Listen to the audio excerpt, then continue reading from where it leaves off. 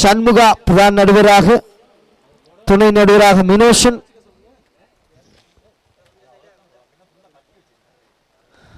அடித்தாடி இருக்கிறார். ஆமாம், அற்புதமான பிடியெடுப்பு என்றாலும் கால் நழுவி எல்லை கோடுகளை கடந்திருக்கிறது.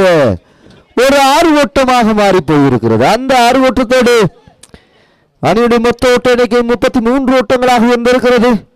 மழை வந்தாலும் போட்டிகள் நடக்க வேண்டும். பிரதான நடுவரை கடந்து இன்னும் சிறப்பான துடுப்பாட்டம் இடம் திசையிலே 6 தி ஸ்டைலிஷ் 6 ஓட்டமாக பெறப்பட்டிருக்கிறது.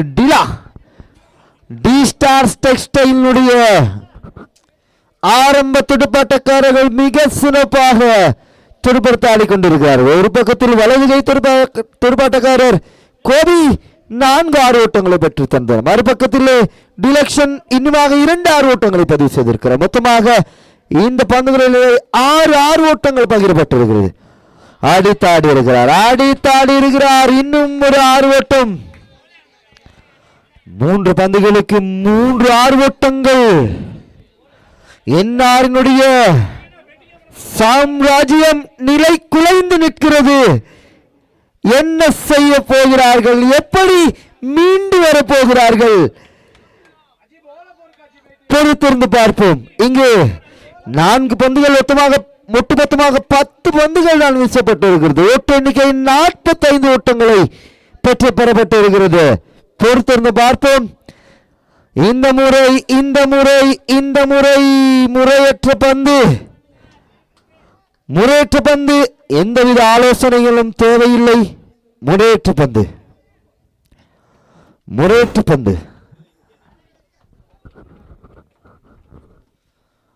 ஃபீட் வாய்ப்பு. ஒரு பந்து சரியாக வீசப்படாவிட்டால் என்ன, நான் ஒரு முறையற்ற பந்து வாய்ப்பினை உங்களுக்கு தருகக்கூடியதாக இருக்கும். எனவே அதன் அடிப்படையில் தான் டி ஸ்டார் இப்போது மிக நேர்த்தியானது ஒரு ஓட்ட இலக்கத்தை நோக்கி நகர்ந்து கொண்டிருக்கிறார்கள். 47 ஓட்டங்கள் பெறப்பட்டு இருக்கிறது.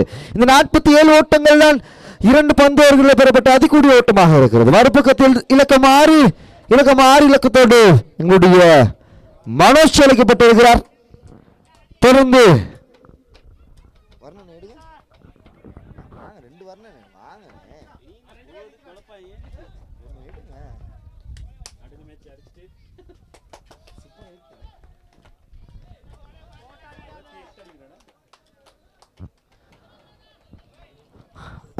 நிச்சயமாக ஸ்டேஷனுடைய முகாமையாளர் பாபு அங்கு ஸ்லீப்பகரில் இருந்து விளையாடி கொண்டிருக்கிறார்.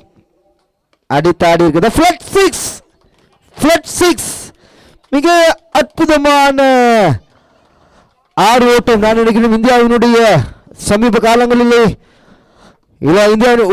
உலக கிரிக்கெட் தரவரிசையிலே முதலாவது இடத்துக்கு முன்னேறி இருந்த இஷான் கிஷான் போன்றதோடு அந்த உயரத்தோடு தான் இப்போது டிலக்ஷன் இருக்கிறார். எனவே அந்த இஷான் கிஷான் போது துடுப்படுத்த ஆடுவாரோ அதே போன்றுதான் இவருடைய துடுப்பாட்ட பாணியம் அமைந்திருக்கிறது. நேரடியாக புல் ஷட் என்று சொல்வார்கள். அதனை தவிர்த்து தன்னுடைய இடுப்புக்கு கீழாக வீசப்படுகின்ற பந்துகளை ஃபிளட் முறையிலே லெக் திசையிலே லாபகமாக அடித்து ஆடிக்கொண்டிருக்கிறார். இப்போது 6 இலக்கத்தோடு ஒரு 6 ஓட்டத்தினை வழங்கி அடுத்த 6 ஓட்டத்தினை வழங்கி இருக்கிறாரா? நிச்சயமாக அடுத்த 6 ஓட்டத்தினை வழங்கி இருக்கிறார்.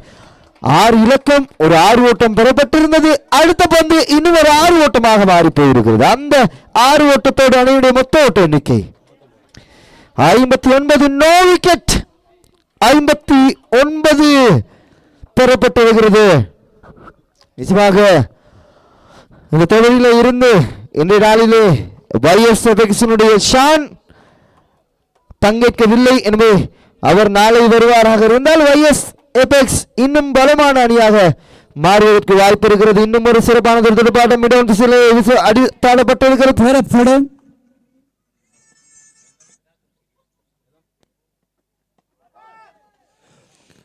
ரூபனின் கரங்களில் இருந்து முறையற்ற ஒரு பந்து வீச்சாக காணப்பட அது நோ பால் எனும் முறையில் கணிக்கப்பட்டு அந்த முறையீட்டு பந்துடன் அந்த 6 ஓட்டங்கள் பெறப்பட்டுள்ளது. மொத்தமாக 7 ஓட்டங்கள் பெறப்பட்டுள்ளது. மொத்தமாக ஜிடி பாய்ஸின் அணியின் மொத்த ஓட்டமாக 20